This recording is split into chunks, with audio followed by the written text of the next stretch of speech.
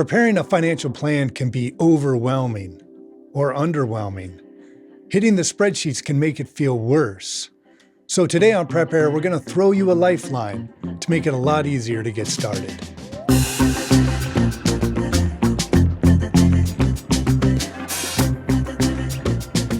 A big reason why people don't work on preparing their heirs is because they're unsure if they can afford it, and they don't know how much money to set aside for their kids. I covered budgeting in another episode, and it's important, but it doesn't paint the full picture. With time, priorities change. As we get older and we grow up, situations change.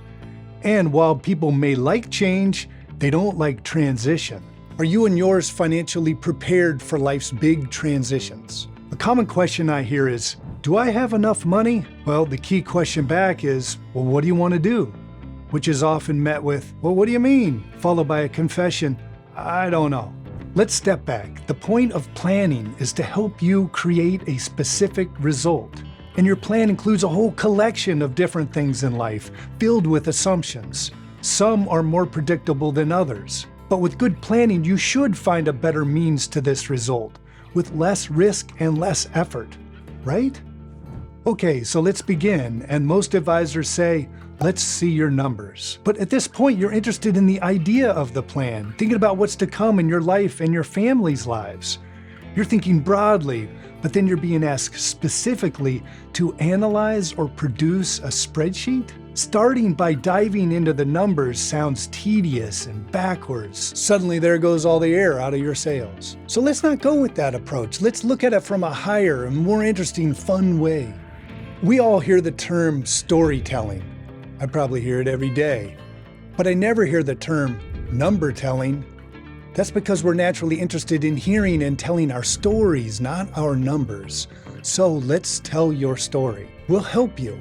We'll provide cue cards to signal you while you're telling your story. We cover different categories: work, family, health, relationships, and personal aspirations, fun adventures, and possibly even life's purpose. See, many of life's events can be predicted, like when you're going to college or when Medicare begins. Others are more subjective, like purchasing a second home. How important is that?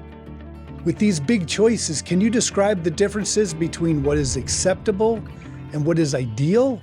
When you participate in this Lifeline game, either facilitated by us or on your own, it's revealing. For us, it's instructional because along the way, we're capturing this information into your plan. But the difference is that we're discovering this in a natural way, both of us. Because again, we hold the cue cards for you, those parts of your plan that remind you, that repulse you, and that get you revved up. Experience tells us that this game works because it gives our clients an actual physical space to explore, beyond daily thinking, to make connections between money and life through cues, stories, and dreams. And all these events and dreams cost money. So that's why we're gathering them in anticipation. Besides, after you've cast your sail, you're likely more interested in those numbers. And we can agree that it's better to prepare than to repair. We recognize that you don't want to be a burden on others, and that you don't want to set your family up for failure with either too much money or too little. And you probably don't want to fill out another financial questionnaire, hoping this time you'll get the answers that you've been asking. If this is helpful, please subscribe. If it's remarkable, share it. That way we'll keep them coming. In the meantime, keep building.